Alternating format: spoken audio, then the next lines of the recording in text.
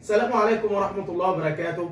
أعزائي المتابعين، الناس اللي بتشتري شقق والناس اللي بتبيع والناس اللي بتشتري عقارات وبتبيع عقارات، دايما وأبدا في معلومة مغلوطة كده.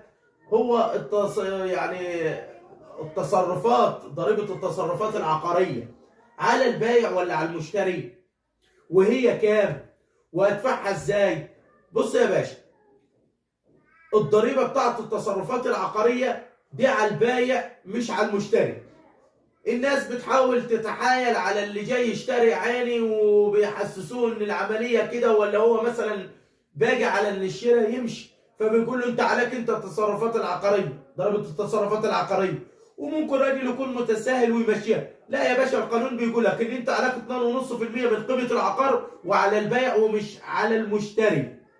والحاجة التانية بيدوك فترة سماح شهر، وبعد الشهر بيبتدي يتعمل لك تبديد وبتخش في غرامات. فأنا النهارده في الفيديو ده بقول لك إن ضريبة التصرفات العقارية على البائع مش على المشتري، ومعاك مدة سماح شهر، وبعديها بيتعامل بيها تبديد وغرامات، عشان تبقى عارف أنت ماشي إزاي وما تسيبش الموضوع يوصل لغرامات. القيمة قلنا 2.5% من قيمة العقار المباع. انتظروني في فيديو جديد ومعلومة جديدة.